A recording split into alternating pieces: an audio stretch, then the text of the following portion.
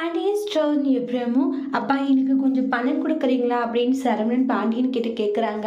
பாண்டியன் இருந்துட்டு டே இதை வேற இப்படி தங்கிட்ட கேட்ப இந்தாடா அப்படின்னு சொல்லிட்டு ஒரு 2000 ரூபாய் கொடுக்குறாங்க. சரவணனுக்கு ரொம்ப சந்தோஷம்.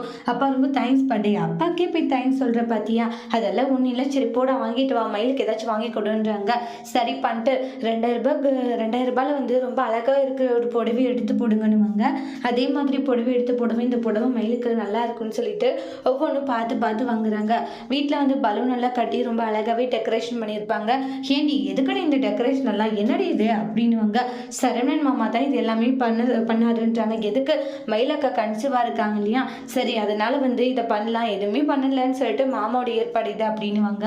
அப்போ மயில் ரொம்ப சந்தோஷப்படுறாங்க. ரொம்ப தேங்க்ஸ் மாமா அப்படின்றாங்க. இது கூட மயில கேக் கட் பண்ணுன்னு சொல்லிட்டு கேக் எல்லாம் கட் பண்ணிட்டு அந்த சூப்பரான மூமெண்ட்டை வேற லெவலில் என்ஜாய் பண்ணிட்டு இருக்காங்க. மயில் உனக்கு ஒரு சர்ப்ரைஸ்ன்னு சொல்லிட்டு வந்து புடவை எடுத்துகிட்டு வந்து கொடுக்குறாங்க. அதை பார்த்த மயிலுக்கு ரொம்பவே சந்தோஷமா இருக்கு. மாமா ரொம்பவே தேங்க்ஸ் மாமா, ஏன்னா எனக்காக நீங்கள் புடவை வாங்கிட்டு வந்து கொடுத்துருக்கீங்க, எனக்கு ரொம்பவே சந்தோஷமா இருக்கு மாமா அப்படின்றாங்க.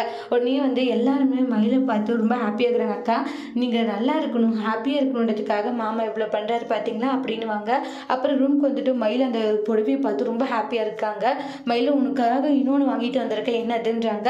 மல்லிகைப்பூ அப்படின்னு சொல்லி கொடுக்குறாங்க. அதை பார்த்த மயிலுக்கு ஒரே சந்தோஷமாயிடுது. மாமா மல்லிகைப்பூ, அம்மா நீ கேட்டுட்டே இருந்தல அதுதான் மாமா, உங்கள் கையால் தலையில் வச்சு விடுறீங்களா, சரின்னு சொல்லிட்டு சரவணனி தங்கமயிலுடைய தலையில் அதை வச்சு விடுறாங்க. தங்கமயில் ரொம்பவே சந்தோஷமா இருக்காங்க. இப்படி ஒரு விஷயம் நடக்காதான்னு எதிர்பார்த்தேன், ஆனால் இன்னைக்கு அது நடந்திருக்கு அப்படின்னு சொல்லிட்டு மயில் ரொம்பவே சந்தோஷப்படுறாங்க.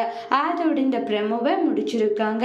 இனி வரக்கூடிய எபிசோட்ல என்ன மாதிரி ஒரு டெஸ்ட் வர போதுன்னு வெயிட் பண்ணி பார்க்கலாம். தேங்க்யூ.